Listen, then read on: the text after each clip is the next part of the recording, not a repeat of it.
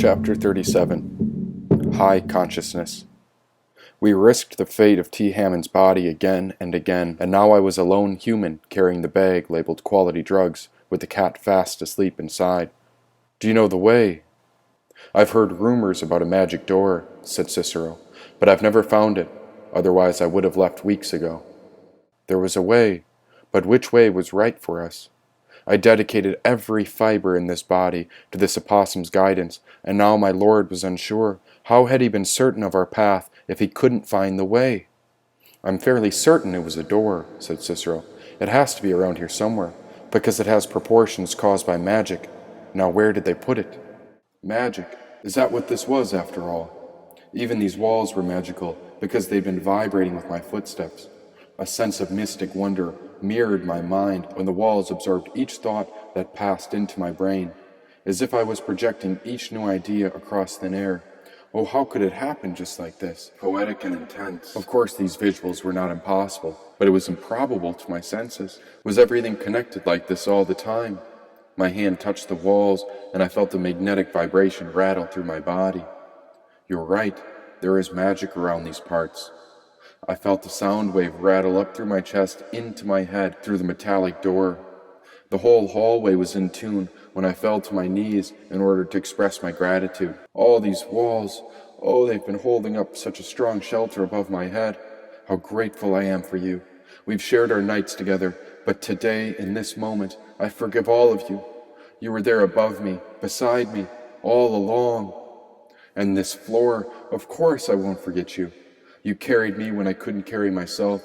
There were so many others who came before us, and after so many steps, you've never complained even after we cried in your corners. You grounded us the whole time, and how have we repaid you? Let me be the first to say, we appreciate you. "Yes, the door was a portal of sorts," said Cicero. "Transportation to another dimension, I presume. It was all happening right here, right now. I had no doubt that my path was always the right way." Cicero was pacing when the kitten started playing, and now she leapt out from the duffel bag and began to prance. Oh, this life wasn't so serious at all. She chased after Cicero where a short race transpired. It was all just a game, a good bit of fun we'd forgotten all about. The kitten was so joyful, and there'd been a tremendous amount of suffering in her life already. All those major disturbances are twice as potent at a young age. She deserves this peace. Go play, kitten. Cherish this moment while you have it. She jumped again, so high that her paw touched a small circle on the wall, causing an orange button to glow. The bright orange dot held my attention as it illuminated the wall. It reminded me of the days when Collie Jack would reach down from the sky and shine her light into my cell. I'd wait for her magic every morning, and then after every restless night, she'd come back. And was it all a coincidence? I think not. What if every single moment comes into fruition for a reason? Oh, I think so. A door split in front of the great metal wall, opened into a small room. "A miracle," said Cicero. The animals and I poked our heads into the silver box. Yes, I'd been here before. A transportation mechanism where energy jerks us around through space before we get placed. "I've never been this far," said Cicero. "And look at these buttons. Each one takes us to a different world." "Be careful now," said the kitten. "We want to go the right way, so don't go picking the wrong one." A wrong way and a right way. Well, which way was it? "No, I disagree," said Cicero. "There's no such thing as the wrong way. There is the way forward, and each choice brings us along a path. Even a mistake is there to teach us a lesson, so we keep moving forward. Only when we understand the lessons can we become free. Now go on, Amokli. Pick the way, because you can't go wrong." The door jumped and began to close when the two silver doors came together. The kitten and I jumped inside the gray box, but Cicero, "Watch out!" "Go on without me," said Cicero. "I'd rather die a legend than live in an illusion." Watching in horror, his paws reached together to hold the door open, but the walls closed in on him. Melting and warping, his tiny arms buckled against his ribs, ready to slice his body in half. "Know that I was never lonely," yelled Cicero. "I was loved and I lived well." The door squeezed around his fur, and the door retracted. "Cicero, you're alive!" "I always knew I was special," said Cicero, taking a deep breath. "Nothing can penetrate my coat." "Then the legend is true," meowed the kitten. He stepped inside, and it was awfully quiet, so silent and still, because neither the kitten nor I had seen a miracle before. Now what? asked the kitten. The way, said Cicero. You have to pick. That's why God gave you the choice. There were 28 buttons labeled by numbers, but what if one choice changed everything? What if suddenly the number 19 lit up bright orange and the room began moving? It's a sign, said the kitten. It's happening right meow. T. Hammond hadn't touched anything, and there wasn't a word from Ma to object to this new path. Everyone had taken note of the strange occurrence as it brought our box into motion. She's right. It's working, said Cicero. The mother knew we'd be here, and she's guiding our way. I watched and waited as the numbers counted up above the door before we arrived at the 19th gate. The door spread open, and a new wave of energy burst into the room. Here before us stood a man holding a guitar case. Up or down, big man? Asked this young man. Up or down? Who are you? He peeked in and checked the buttons. Just on for a joyride. Taking your kitten for a walk, he asked. Say, you wouldn't mind if I hitch a ride up to 24? Don't have a pass that high, but there's a girl waiting on me, and I've got a tune I wanted to play for her. He was a hippie. That's what history would have called him. And judging by the guitar case, he did have a tune in mind. We gave him the entire left side of the room, but it was the kitten that took the initiative with the first introduction. She's soft, said the hippie, petting her. Cicero took one sniff, and it was good enough. Then the opossum nodded to inform us that this was a good man, and both the kitten and I felt it too. The hippie leaned closer and focused in on her pupil under the eye slit in T. Hammond's mask. You trippin'? Asked the hippie. Which ones did he take? He was pointing at the bag of quality drugs in my grip. Oh, right, I had the orange mushrooms. I'm a bit suspicious of all those pills. Yeah, man, it's best for the mind to manage the illusion, not to dull it with pills. But those mushrooms, he paused. You're onto something with those. The man winked and pulled an orange mushroom out of his chest pocket. A quick nibble pulled the stem through his lips for a snack.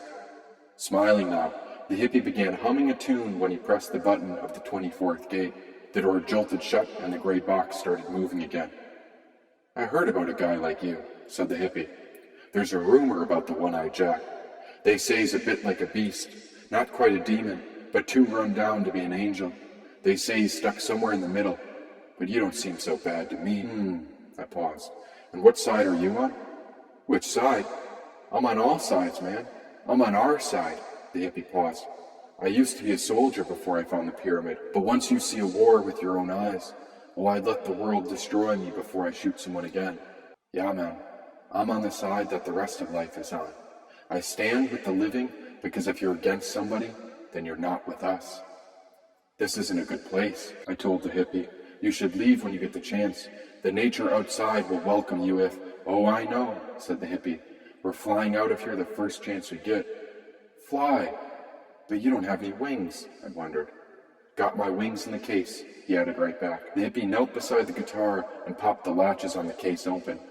It was empty. No instrument at all. Only a few twigs, a couple leaves, and in the very corner, the man reached in to cradle a little ladybug. Mounting his finger, the little bug came to life and crawled aboard the hippie's hand. It stood on its hind legs and took a peek at me. Oh, she's the perfect little one, filled with so much life. We're just waiting for the right time before we run for it, said the hippie. And then you'll escape. All we need is a fire, a big one. But I can't find a match anywhere, said the hippie. Fire. Why? Smoke, fumes, and fire can force every door open at once. It's programmed into the pyramid safety protocol. In case of an emergency, of course. Because even with all the magic in here, the ancients knew that fire is the almighty destroyer. Enough fire in these walls and all the smoke will suspend the magic until someone summons this place again. I even heard that the king gets nervous when someone lights a match, said the hippie. The magic door chimed when the 24th floor opened before the man tilted his head to bid us farewell. Where is your king? Burns the third? He's on the top. Floor 28, said the hippie, reaching in to press the 28th button. Everything happens for a reason, the hippie winked. Or at least that's what the mushrooms keep telling me. The ladybug and the hippie looked on while our portal closed. The numbers climbed up in silence to the highest floor. And if I survive, shouted Cicero, my life will have served its purpose. But if I perish, I want you to keep my skull. What? Can you say that again? The door opened and Cicero's claws sprawled out in a high-flying attack. It was aggressive, well-intended, but not the least bit lethal. Only empty space for now, but there were 2 stocky guards with guns at the end of this hall, and behind them there were 2 giant golden doors, a sure sign that this was the king's room. Guns, I whispered to the animals. A wave of energy was glowing as we approached. Oh, wow, it's happening again. Geometric patterns arrived beneath my feet when the whole room began flourishing. Funneling energy carried me out of the body as if I was weightless, looking down at myself from above, as if my soul was slipping out from the skin. I was paranoid now, and whatever gratitude I found on the lower levels was gone. The closer we got, the less present I became, and the worse my panic grew. These men had weapons, real ones, and if I didn't get this right, then we might be dead. Best case, in a few hours, they'd find all the prisoners gone and trace it back to us. Cicero's battle experience was also a concern. They say he's a legend, but had anyone seen him fight? You never know with people who run sprints. There's a reason they're better runners. And how would a kitten do against bullets? She's smaller, I suppose. Do you have all 9 lives? I think so. But what do we do? Scratch him, meowed the kitten. But I don't have any claws. Hide in the bag, I told Cicero. They won't suspect anything from a kitten. After scooping him up in the bag of quality drugs, the kitten trotted beside me with the leash secured around her neck while I rocked my head in a circle. The copper helmet rotated like a loaded spring, a bullet ready to burst, and my eye focused in on the first soldier. The kitten and I stopped before him at the exact same moment. Hello there, we have a meeting with the king. I take it he's behind the doors. Who do you think you are? Asked the soldier. The name's Collie Jack, and we're here to see the king. Please, it's important business. I swear it. Not today. He's occupied, said the guard. I was running out of juice, exhausted and desperate. There's only so far the body can go before the soul acts up. The visuals on the gray wall were deceiving me again, and the longer we waited, the worse it got. Was this some sort of joke? But why weren't these men laughing about it? I said, please. And what the hell is that? Is that a cat? On a leash? Asked the other guard. Well, it's a kitten. And her name... I looked down at her orange-striped face. Well, I'm afraid we just call her Kitten. Get out of here. Stop wasting my time, will ya? Said the soldier. Time, yes, it is important, but I'm afraid we're running out of it as well. My fingertips were running across each other as I checked his badge. Ramsey or Pamsey? I couldn't read well and... Say Amsey. I take it you've done well to get to this point, have you? You got that right. Ever heard of Space Force? I imagine they're special and they use force. I'll force your ass back in that elevator if you don't shut your mouth, said the man pointing at the magic door. Elevator. Meow, said the kitten. Cicero stayed silent in the bag. Smart opossum. No, I do understand you have a duty, and that duty is of the utmost importance for our winning squad, eh? But as you pointed out earlier, even time is of the essence, because, well, we're dying. All of us are, and some of us will die faster than others. So again, before both of us run out of time, the king invited us here. King Burns the Third never told me, said the guard. Not happening. Any ideas? I began to raise the bag. Little did the big man know that Cicero's impeccable body was about to bash his skull to a pulp. Is that right? Well, do you know who I am? It was a good question, and so I lowered the bag to contemplate it myself. Oh shit, it was I who said it. Well, T. Hammond must have said it, but now even I was waiting for an answer. The guard turned his head to the left when I realized I might be in trouble. Now an entire array of answers rippled through the depths of my free mind. I didn't know if I could narrow it down to one thing or the other. I'd been an observer, a wanderer, a history keeper, an embarrassment, a mushroom supporter, an addict. But now, who had I become? These guards were waiting. Do you know what I am? I think I said it right the first time. You're an extractor, said the guard. He was right. Damn it, he was spot on, and this was terrible news, because I realized that I was just as bad as them. Goodness, you are correct. I held on to his shoulder after I almost fainted. And do you know what happens in extraction? Both guards were tuning in. I felt their focus come into my pupil. Oh, I had a grip on them now. Ma set a trap, and they were stepping right into it.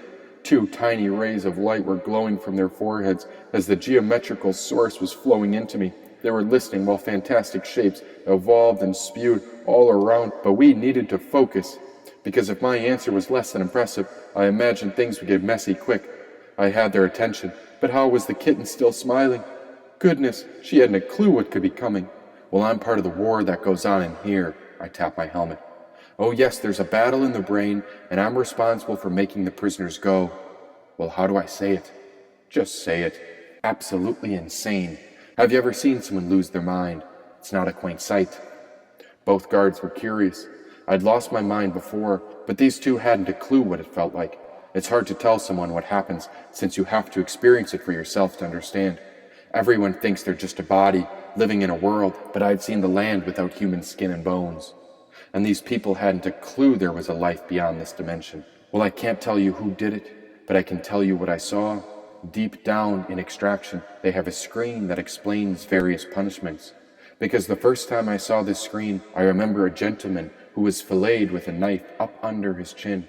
They pressed the blade up behind his nose as it went into his forehead. It started right here. I even saw the knife sever his tongue in half as he screamed for help. And it's quite a scene to see a man's brain leak through his throat. I suppose the universe works in a peculiar way, because another man, my goodness, we put the same blade through his heart. And he did have a good heart, until it stopped. See, the blood is easy to clean off these gloves, but it's the smell that never seems to leave. And well, I don't know if his heart burst, or it just popped. But either way, that's why we smell the way we do. The soldier's counterpart took a whiff of me, and he did not enjoy it. And another man I saw. Oh, this one is my least favorite.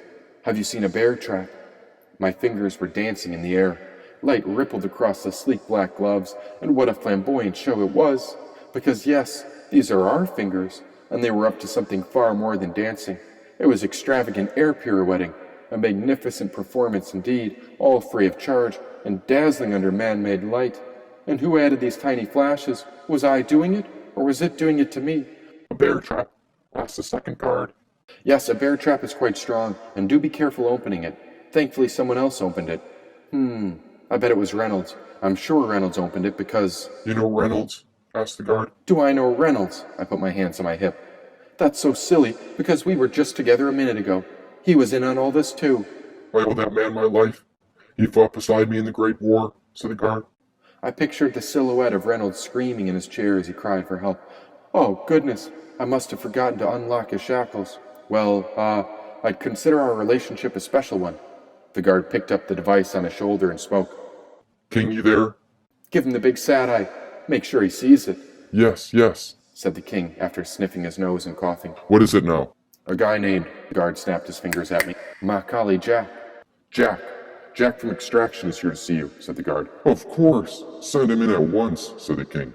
The door opened, where a circular table full of generals waited in the center of the room. There was enough light to see a dozen or so half-naked women, drenched in oil, standing behind the card table, while a haze of smoke lingered above.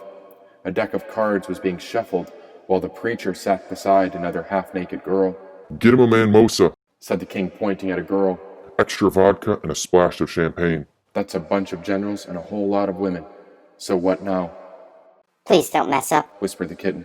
I wasn't paying attention, because all I kept thinking about was Ma, the great matriarch of blades, when my finger slipped into my side pocket to feel the spine of the arrowhead. All of us were waiting on her command.